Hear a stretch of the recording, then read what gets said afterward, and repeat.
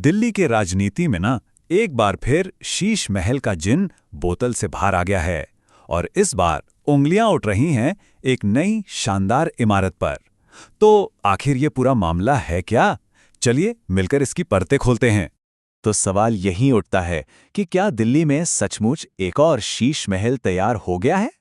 मतलब इस एक शब्द में ऐसा भी क्या है कि इसके नाम से ही दिल्ली की सियासत में हलचल मच जाती है?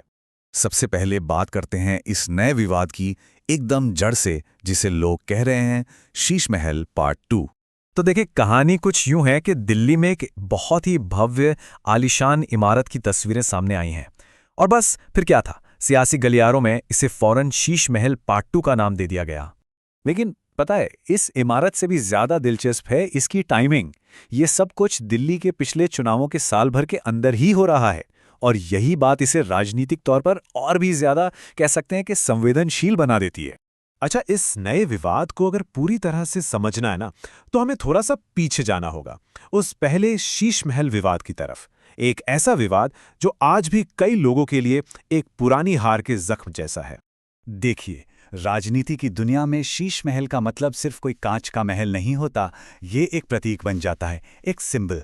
खासकर तब जब कोई पार्टी सादगी और आम आदमी की बात करती हो और फिर उसी के नेताओं के लिए बेहद आलीशान घर बने। ये सीधा सीधा पार्टी की कही गई बातों और उसके काम के बीच एक बहुत बड़े अंतर को दिखाता है और उसकी छवि पर गहरा असर डालता है। और पिछली बार इसका असर कितना गहरा हुआ था? स्रोत का तो यहां तक दावा है कि आम आदमी पार्टी की हार का जो मुख्य कारण था, उसमें वो शीश महल था। मतलब सोचिए, एक अकेली इमारत को पूरी चुनावी हार की एक बड़ी वजह बताया जा रहा है।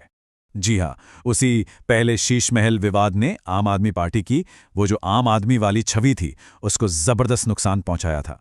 स्रोत के मुताबिक इससे पार्टी की विश्वसनीयता पर ही एक बहुत बड़ा सवालिया निशान लग गया था। तो चलिए अब इतिहास से वापस आज की तारीख में आते हैं।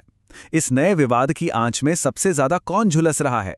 पार्टी के जमीनी कार्यकर्ता, जो अब एक नई ही दुविधा में फंस गए हैं। असल में स्रोत ये बताते हैं कि इस पार्ट 2 ने पार्टी के जो सबसे वफादार कार्यकर्ता है ना, उनको बड़ी मुश्किल में डाल दिया है। अरे भाई, जो लोग दिन रात पार्टी के लिए जमीन पर काम करते हैं, अब वो जनता के बीच जाकर क्या मुंह दिखाएं, क्या जवाब दें, ये उनके लिए एक बहुत बड़ा सवाल बन गया है। जरा सोचिए उन कार्यकर्ताओं के बारे में। उन्हें अब अपने ही मोहल्ले में लोगों के तीखे सवालों का सामना करना पड़ रहा है। एक तरफ तो उन्हें पुराने शीश महल के दाग धोने पड़ रहे हैं और दूसरी तरफ अब इस नई आलीशान इमारत का भी बचाव करना पड़ रहा है। ये उनके लिए एक दोहरी चुनौती की तरह है, जो उनकी हिम्मत और वफादारी दोनों को परख रही है।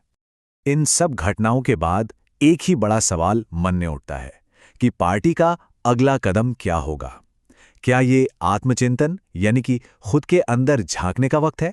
स्रोत का यही तर्क है कि आम आदमी पार्टी को इस मोड़ पर रुककर सोचना ही होगा, क्योंकि यह मामला अब सिर्फ एक और इमारत का नहीं रहा, बल्कि यह सवाल पार्टी की विचारधारा और उसके भविष्य की दिशा से जुड़ गया है। और आखिर में हम उसी सवाल पर आकर रुक जाते हैं जो स्रोत ने उठाया है। क्या आम आदमी पार्टी इस बार आत्मचिंतन करेगी या फिर इतिहास एक बार फिर खुद को दोहराएगा? इसका जवाब जो भी हो, वो दिल्ली की राजनीति का भविष्य तय कर सकता है।